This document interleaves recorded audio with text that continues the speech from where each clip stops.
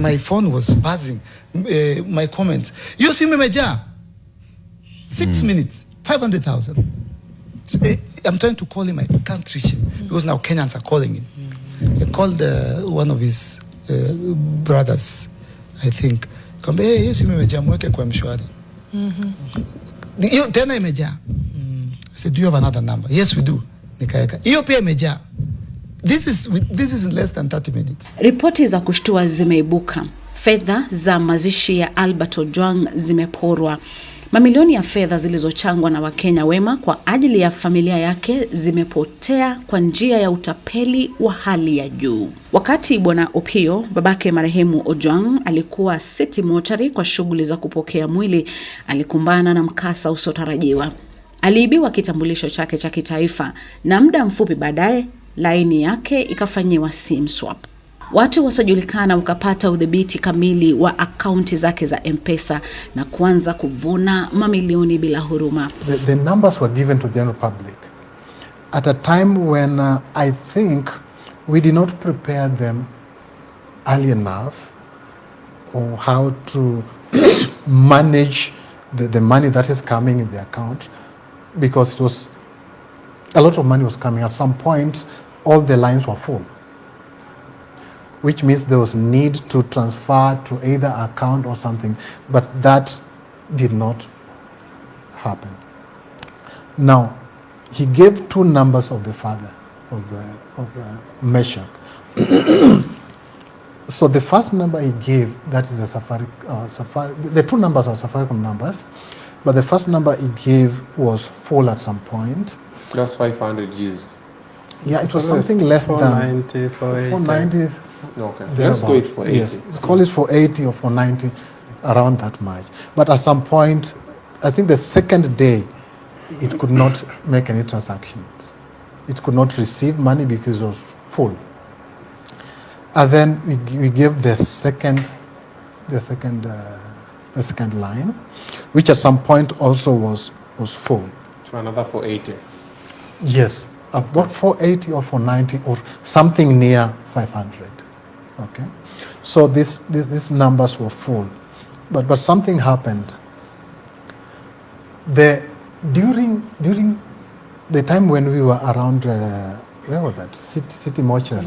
Yeah, at the City Mortuary with the crowds and the movement, he lost his ID. So he could not make a transaction, I think. Now, what happened with that? When the money was full, at some point, we tried almost the whole night. We could not transfer money to, what is that called? M-Shwari, to KCB or M-Pesa, or transfer to bank account. We even tried sending the money to my personal account so that we can transfer, but that failed. And we just had to switch off the phone. The line was already swapped. Yes. That is what they're trying to say. So later on, I think last Friday, because we had a lot of activities here and there, we could not get to the Safaricom office. Now, when we went to Safaricom office last Friday, before that, we even bought a phone. We thought that there was something wrong with this phone. So we bought a phone. When we tried to put the SIM card, it could not pick the network. So we said we have to go to Safaricom office for this to be sorted out. When we went to Safaricom office, we realized that somebody had done a SIM swap. So what they explained to us is that either somebody did a SIM swap or downloaded the Safaricom app. That could have been somebody who was either close to where we are. And this person was making transactions. Okay. So there were transactions that were being done on that phone, that first line. So up to that point, he did not have the ID, but when he got the ID, we did a SIM card replacement, and they stopped the transaction, the illegal transaction on that line. And of course now we have a fraud investigation that is going on. It is in the hands of the investigating officers. That is when we will be able to know who did the swap, who was making the illegal transactions and to which numbers were receiving the money and what is the total amount that was transacted in that line. Yeah, so that is the truth about the other Just line. to say, in that line which was swapped, all the money got lost. The only amount which was found there was 3,000 shillings. Yeah, and that 3,000, when we had replaced the SIM card, that's when the 3,000. Somebody sent the Somebody 3,000. sent just that time. Yeah, that time. Yeah. So literally, yeah. if they did not replace, that 3,000 would have gone to the person who was swapped the line. Yes. So literally, every money that was sent after the swap was going directly to another person. Eric Omondi alichapisha nambari ya Opio mtandaoni. Wakenya walijitokeza kwa wingi. Zaidi ya shilingi milioni 5.6 zilikusanywa pamoja na zile za Rais William Ruto ambazo alitoa shilingi milioni 2 na Raila Odinga akatoa shilingi milioni 1. So I looked for the father, I put his number. I have never seen anything like that. Of all the cases I've ever done, this was the one that shocked me. 6 minutes. Niko natoka Chiromo. I said bye to him. I was editing on my phone, nika post. By the time I was leaving the Chiromo gate, nikianza kupanda juu, nika naenda Wayaki. My phone was buzzing. My comments. You see me meja? 6 minutes, 500,000. So, I'm trying to call him, I can't reach him because now Kenyans are calling him.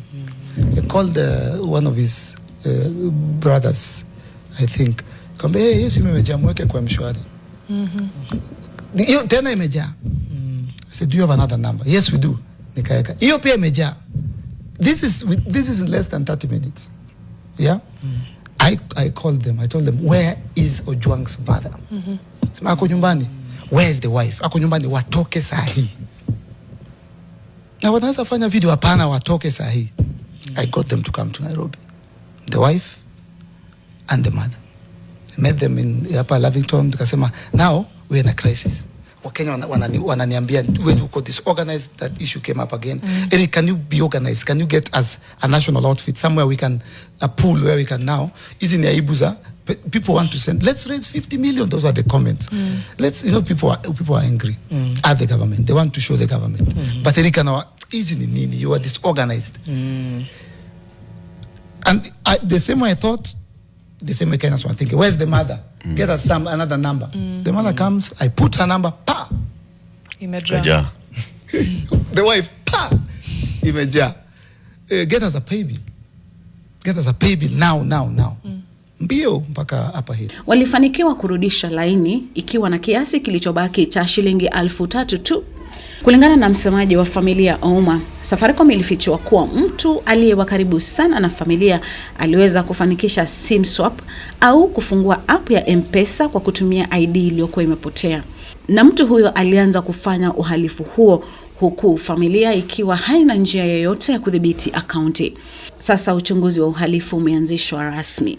Maafisa wa upelelezi wanafuatilia nambari ya simu, ID na vile wizi ulivyotekelezwa na wakiwa na matumaini kuwa wataweza kumtambua mhalifu. Inaaminika kuwa mhusika alikuwa mtu wa karibu sana na Familia na huenda alikuwa sehemu ya maandalizi ya mazishi. Kwa familia ya Ojwang, msiba huu umekuwa wa mara mbili. Wamepoteza mtoto wao na sasa wamepoteza matumaini, fedha na amani ya moyo. Waliamini kuwa taifa lingekuwa mabega yao, kumbe wanyakuzi walikuwa karibu zaidi kuliko walivyodhani. Maswali yanaibuka. Nani aliiba kutoka kwa wafiwa? Nani alitumia huzuni kama nafasi ya wizi? Na je, haki itatendeka kweli? Kwa familia ya Ojwang, jibu moja tu linatosha. Walipwe, waheshimiwe na wahurumiwe. Endelea kufuatilia Shahidi TV kwa kila kipande cha ukweli, kwa sababu hapa tunaapa hatufichi lolote.